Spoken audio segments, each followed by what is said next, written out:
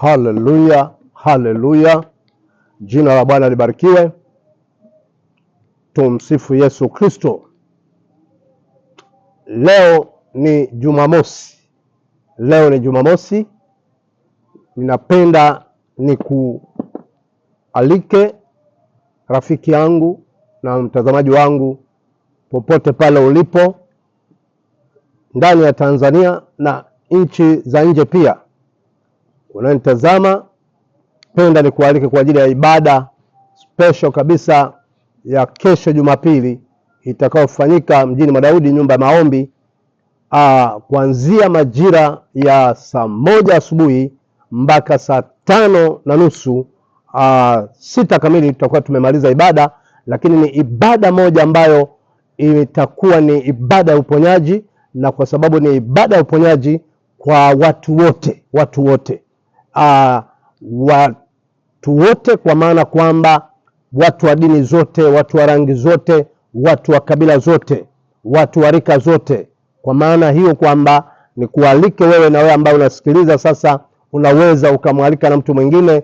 Ibada ya Jumapili itakuwa ni ibada makini, ni ibada ya uponyaji. Ibada ya uponyaji itakayoambatana matendo makuu ya Mungu wetu aliye hai. Watu watafunguliwa, watu wataponywa, watu watagangwa, watu watainuliwa tena. Kwa nini? Kwa sababu maandiko yanatuambia kwamba Roho wa Bwana yu juu yangu, na kwa kuwa amenipaka mafuta ili kuwahubiri wanyenyekevu habari njema, na Mungu atakuwa anawafungua watu, na Mungu atakuwa anawaponya watu. Ni kualike, usipange kukosa na watu, kwa maana kwamba uwalete walio wagonjwa kabisa, wala ambao madaktari wameandika kwamba haiwezekani kupona tena. Mwende naye nyumbani, aendelee kuishi kwa matumaini. Hao ndo Mungu amenielekeza. Nitakuwa ninatabiri juu ya uhai wa mtu mmoja kuinuka tena. Maandiko yanasema kwamba mti uliokatwa yako matumaini ya kuishi tena. Kwa hivyo wale waliokatiwa tamaa ya kuishi, una HIV, una kansa, pressure, kisukari, umeanza kula madawa kwa mwaka, Mungu anayaponya yote na kuyaweka na kukuweka huru mbali na kuonewa. Kuna wale ambao wengine familia zao wanasumbuliwa na ulevi. Tu anafanya kazi nzuri lakini hajajenga, hana hata kiwanja, familia inaishi kwa shida. Akipokea mshahara tu ni kulewa, ni kunywa na hama na nyumbani.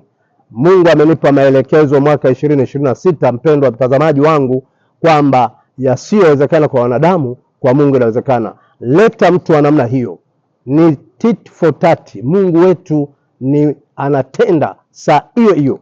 Ile habari ya kusema kwamba namuombea alafu enenda kwa imani Mungu atakuponya nyumbani, hiyo naomba rafiki yangu isahau kabisa, kwa sababu Mungu wa maagano wa madhabahu hii na maelekezo ambayo amenipa Mungu kwa mwaka huu ni watu kupokea uponyaji tit for tat, ni papo kwa papo. Muujiza wako na upokea, unaacha pombe hata kama umekunywa miaka mingi, umekuwa chronic, Mungu anaenda kutenda. Ni Jumapili hii, nyumba ya maombi mjini Madaudi. Karibu sana, saa 1 kamili mpaka saa 5:30, 6 kamili tutakuwa tumemaliza ibada. Mwalike rafiki yako, leta wagonjwa, alika marafiki. Waimbaji wengi watakuwepo mahali hapa na watu wengi wamepanga kuhudhuria katika ibada. Usipange kukosa. Wewe ambaye unanisikiliza, rafiki yangu, popote pale ulipo, acha niseme kwa ajili ya wewe ambaye kesho umepanga kuja au kujiungamanisha na sisi kwa njia ya kimtandao, popote pale. Baba, katika jina la Yesu, Mungu wa uzima, natamka baraka kwa mtu mmoja, natamka uzima kwa mtu mmoja, natamka afya kwa mtu mmoja, natamka mafanikio kwa mtu mmoja. Afya iliyoliwa na madumadu na tunutu ikapate kurejea katika jina la Yesu Kristo, Bwana Mungu wa hai. Amen. Shalom, shalom.